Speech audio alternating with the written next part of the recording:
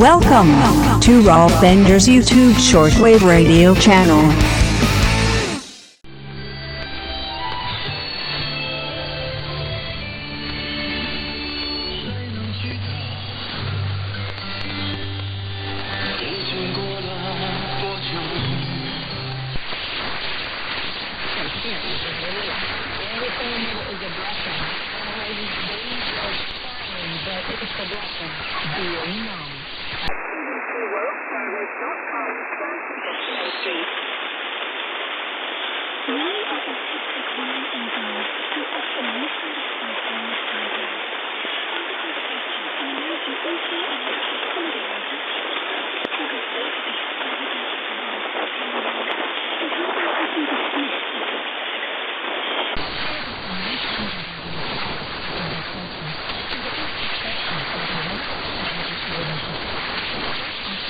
After the news with me, BBC News with Debbie Ross. President Biden has said he will lay down certain red lines when he meets President Putin in Geneva on Wednesday. Speaking after a NATO summit, he expressed a desire to cooperate with Russia, but said he'd respond if Moscow continued harmful activities. Britain's Prime Minister Boris Johnson has announced a 4-week delay to the complete easing of coronavirus restrictions in England, putting it back from next Monday to July the 19th. It's been prompted by the rapid spread of the Delta variant. The Belarusian journalist and activist Roman Protasevich has made a surprise appearance before journalists and diplomats who had been told more about why his Ryanair flight was forced to land last month.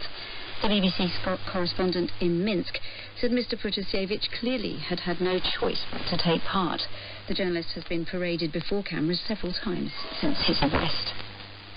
The outgoing chief prosecutor of the International Criminal Court says she would like it to hold a full investigation into unlawful killings of thousands of people allegedly committed during the war on drugs in the Philippines before 2019.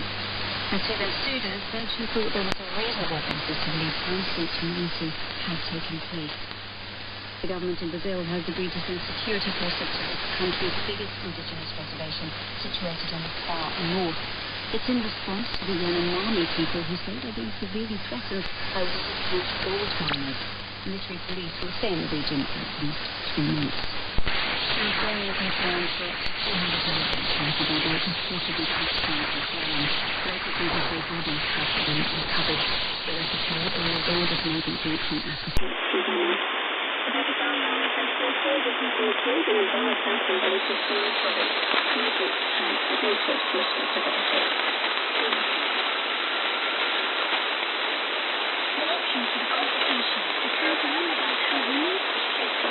Keeping the world. I'm Kim Chakanetsa, and each week I'm joined by 2 women from different countries who have something in common, a shared interest, profession, or expertise. To be autistic is to see, hear, and feel the world differently. It can be difficult to communicate and create social connections. But despite the wealth of research, women and girls with autism are frequently overlooked and struggle to get the proper diagnosis and support they need. My guests today were both in their 30s when they finally received a life-altering diagnosis. And since then, they've been on a mission to speak out and help others. Morenike Giwa Onaiwu is an American author and educator. She is part of the Autism Women's Network in the US. She's also the co-author of the book, Healthily Your Autistic Child, What People on the Autism Spectrum Wish Their Parents Knew About Growing Up, Acceptance and Identity. Also with us today is Sarah Gibbs, and she is a British comedy writer. She recently wrote about her experience growing up with autism in a book called Drama Queen, One Autistic Woman and a Life of Unhelpful Labels. Sarah and Morenike, welcome. Thank you so much for having me. Yes, thank you. Now, autism spectrum disorder is a complex developmental condition, and it's a different experience for different people, and that's why people often describe themselves as being on the spectrum. Morenike, what are some of the characteristics of your autism? Well, first, I'd like to say that to me it's not really a disorder. I know that is the formal term, but I guess that is in itself one of the hallmarks of autism, differences in social communication. So I think that most people would have just politely ignored that and as opposed to saying anything. So social communication is different. There are a lot of things that are challenging for me to read in terms of people's nonverbal cues. The hidden handbook to life or etiquette isn't really there. For me, I'm quite moral. What I say is what I mean. There isn't anything to be inferred from that, and so it's hard to pick up on things like that. I also find that with autism, we tend to have really intense foci. So if there's something that we're passionate or interested in, we can really hyper-focus on that thing, perhaps to affect things that are different in terms of the way that we experience the world with regard to sensory input. So certain things that other people would not notice, or that their brains would eventually tune out, like the clicking of a clock or certain smells or sounds. For us, those things aren't filtered out, and they might become overwhelming and make it difficult to focus or concentrate. Okay. And Sarah, listening to Morenike talk, can you relate? Do you have similar characteristics? I absolutely relate. And for me, I think it's sort of like running on a different operating system. So everyone's operating Windows and I'm operating Mac, and the two just don't really talk to each other. And often with autistic people, because there's so little known about autism in the wider community, the onus is on us to bridge that gap and to master the communication of neurotypicals.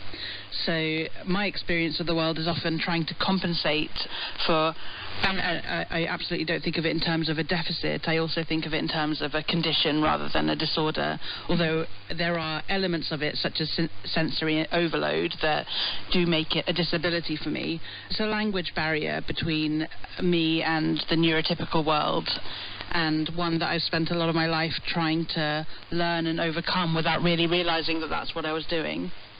And Sarah, prior to getting your diagnosis, what did you know or understand about autism? Oh, absolutely nothing. My understanding of autism was movie autism. It was Rain Man. I thought that autistic people were good at maths and kind of like robots and really difficult to get along with. And when people suggested to me a few times that I might be autistic, I was offended because I felt like they were saying that I was somehow socially inept. And that was a real trigger for me because I'd spent a lot of my life really working hard to try to fit in and not understanding why I didn't. And so I was very, very sensitive to anyone saying anything about my social skills. And so my first reaction was, I don't want that label. I don't like it. I don't want it. And it was actually a cousin who is a really dear friend of mine who gently took me aside. She has an autistic son, and she said to me, look, autism presents really differently in girls and women, and what you think you know about autism isn't what autism is. And she explained it to me in terms of like, oh, well, actually that does sound quite a lot like me. And when I went away and looked into it, that's when I really started to feel like I was identifying with something for the first time in my life. And Morenike, did you know much about autism? I remember the very first time that I knew something about autism when I was a child. There was a daytime television show in which there was a character who was embezzling money from an entire community. And when the attorney caught her, she tearfully confessed that the only reason she was committing all of these crimes is because she had a daughter who was on the autism spectrum, and she was so broken and deficient that the only way to help her was for her to be sent away to this very, very expensive school that knew how to work with children like her. Interestingly enough, if I fast forward to adulthood, my two youngest children were diagnosed as being autistic. My daughter was identified by a child care provider, and that confused me because I was like, no, I don't know. She does this because of that reason. I did that when I was little. I still do this. I still do that. But when I looked it up myself and read a lot of information about autism, it's biblical. And so it wasn't too long after my children were obtaining services that their providers very pointedly mentioned how similar I was to very that I would have gotten rid of my confused. So I just put it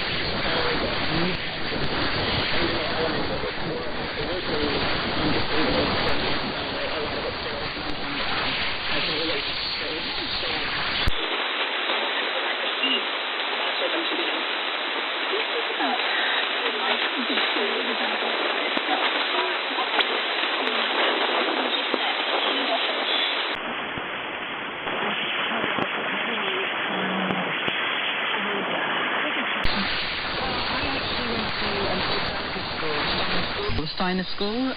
It's a really different system, and so environmentally, it was actually pretty perfect for an autistic kid. It was all naturally lit and small class sizes and all sorts of lovely natural wood, and everything smelt lovely and looked lovely. But socially, it was incredibly difficult. It was basically a very small environment, and if you didn't fit in straight away, you never did. And I instantly stood out. I remember on the first day of school, I sat down next to a couple of girls, and they said, "You can't sit here. The cool people are sitting here." I was like, oh, what's a cool person? And that was basically the rest of my educational experience. I was a very, very, very talkative child. I was hyperlexic, so I started speaking really, really early. By the age of 1, I had about 100 words, and I used them a lot. At school, I used to sort of chatter incessantly at people, and I think they found it very annoying, and that led to a lot of social exclusion, and there was a lot of bullying. None of it was physical. It was mainly exclusion and cruel mind games and tricks. In my teenage years, sort of a boy asking me out as a joke and then leaving me stranded at the cinema when he didn't show up and all the popular girls were there, that kind of thing, the stuff of teen movie nightmares. So it really was a difficult environment for me to grow up in. Yeah. Marinike, what strategies helped you when you were at school? So school, I have a great sense of empathy, because in some ways I enjoyed things about learning, because these were things that made sense, that I could understand. I loved to read, to pick up on things and so forth. So the academic aspect of school, although it wasn't very challenging at certain points for me, was something that I benefited from. But at the same time, the social aspects were very challenging. The coping mechanisms that I developed are actually ones that I think are quite unhealthy. I suppressed a lot of things about myself. I learned, okay, people don't like it when you point out this or when you say this. I learned to camouflage and mask. I would come home from school and lock myself in the restroom, look in the mirror, and I would practice for hours. The tone and inflection of what people said, the way that they held their bodies, the way that they communicated. I learned to script so that I could fit in. It was work. It was truly a job. It was exhausting to basically play a role, to wear a mask at all times and not be my real self. So, your experience at school was obviously tough and you felt quite socially isolated. When you moved into the workplace, was that any better? No, the workplace was a catastrophe. It's interesting that Marinike learned to mask quite successfully. I think I did the exact opposite. I did play a part, but the part I played was, well, I've been cast as this big dramatic character, I guess that's who I am, and I would really play up to that because I thought, well, I'm over the top, I'm big, I'm loud, I'm outrageous, and I think it was a way of saying, I know I'm like this, and getting in there before other people said it. And so once I entered the workplace, obviously that's not really an appropriate way to be in a work environment, and my first workplace was a really traumatic experience for me. A month in, I was sort of called into a meeting and told very quietly, look, you need to calm down, you're annoying everybody, people don't like you, and that ended with a big meltdown for me. I ended up crying in the toilets for the rest of that day, and it was really humiliating. And a couple of months later at my appraisal, it was a peer review appraisal, they'd put together effectively a dossier of all my worst fears of how other people saw me and related to me, and it was all anonymous. It was just comment after comment about how irritating people found me, how I wasn't fitting in, and all of people's problems with me. It was absolutely devastating for me. It was like a nightmare. And after that, I tried to work in a couple of jobs, but I was so traumatized from that experience that even when it was going well, I was just terrified of being found out. And I ended up creating a situation where I could work from home and not interact with other people on a daily basis because I was just so afraid that prolonged exposure to me would result in something terrible happening again. Right. And Marinike, how did you figure out the workplace? What helped you cope? I don't know if I've ever really figured out the workplace because I think what has happened is because for autistic people, development is so different. It's not linear, and we have enormous strengths in certain areas, and then we'll have challenges in other areas. So I think what I have learned to do, possibly by accident, was just the areas